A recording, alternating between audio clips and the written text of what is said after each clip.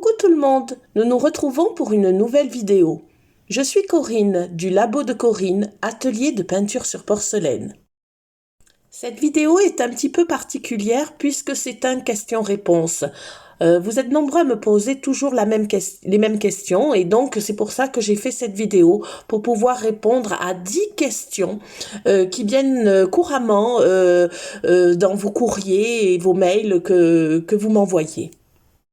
Alors, ne pouvant pas répondre à tous dans des délais corrects, j'ai préféré faire donc cette vidéo pour répondre donc aux 10 questions les plus courantes.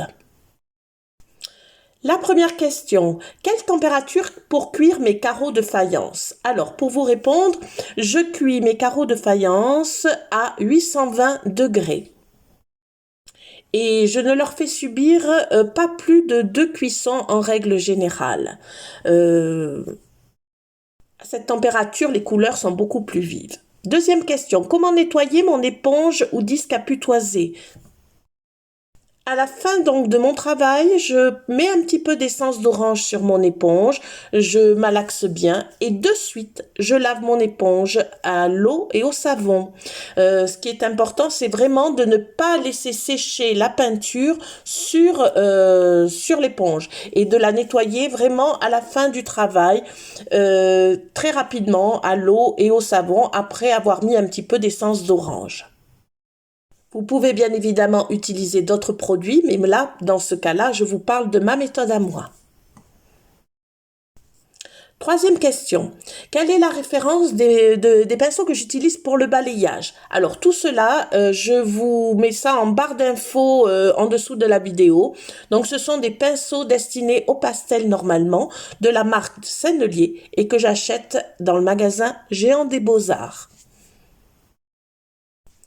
Quatrième question, est-ce que je peux mettre du noir sur du rouge cadmium? Oui, c'est une couleur que vous pouvez mettre sur du rouge cadmium afin de pouvoir après faire du grattage ou alors le passer à la plume. Enfin, après c'est en fonction des décors que vous souhaitez réaliser. Mais vous pouvez bien mettre du noir sur du rouge cadmium. Autre question, est-ce que je peux mélanger des couleurs plombeuses avec des couleurs non plombeuses? Oui, mais pour cela, vous savez bien que la plombeuse prendra le dessus sur la non plombeuse. Donc en fait, c'est comme si vous utilisiez des couleurs plombeuses.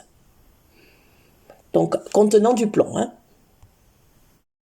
Sixième question, le pigment blanc, comment s'en servir? Donc vous pouvez utiliser le pigment blanc pour rendre plus clair une couleur. Après, il existe du blanc couvrant qui peut prendre sur une couleur foncée. Voilà comment j'utilise ce pigment.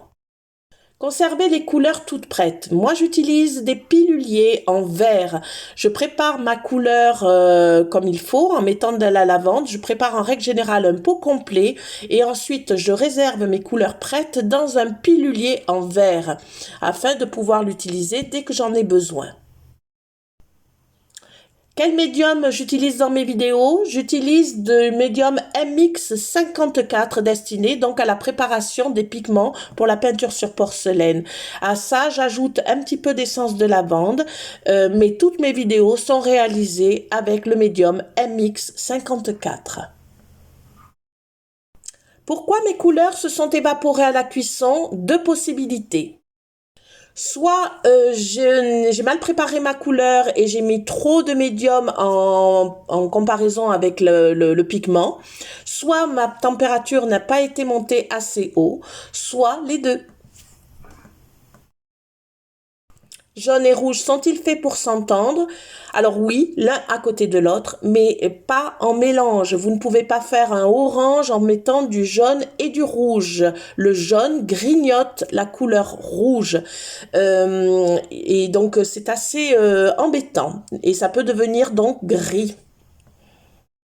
Voilà pour les 10 questions. J'espère qu'elles seront utiles pour vous et que ça vous permettra donc d'avancer dans votre pratique de la peinture sur porcelaine. À très vite!